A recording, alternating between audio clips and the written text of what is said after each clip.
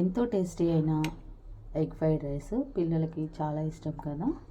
So హెల్తీగా ఎలాంటి సాసులు లేకుండా చాలా సింపుల్గా ఎగ్ రైస్ ఎలా చేసుకోవాలో చూపిస్తాను. కొంతమంది పిల్లలు వెజిటేబుల్స్ అలా వేస్తే నచ్చదు కదా, అలాంటి వాళ్ళకి టేస్టీగా ఎలా చేయాలో చూపిస్తాను, చూసేయండి.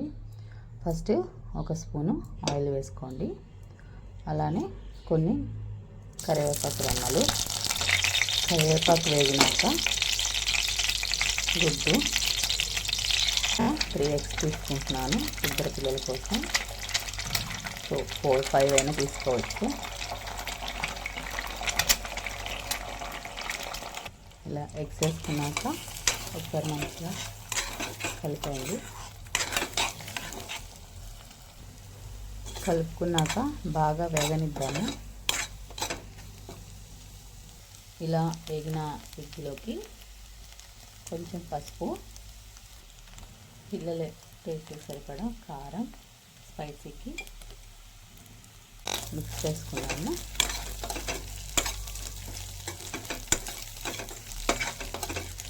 ముందుగా ఉడికించి పెట్టుకున్నా అంటే రైస్ని కూడా యాడ్ చేద్దాం. ఇప్పుడు మొత్తాన్ని కూడా కలిపేసుకొని ఒక 2 minutes ఇలానే సిమ్లో మగ్గనిద్దాము. అప్పుడే ఈ ఫ్లేవర్స్ అన్నీ కూడా రైస్లో పడతాయి.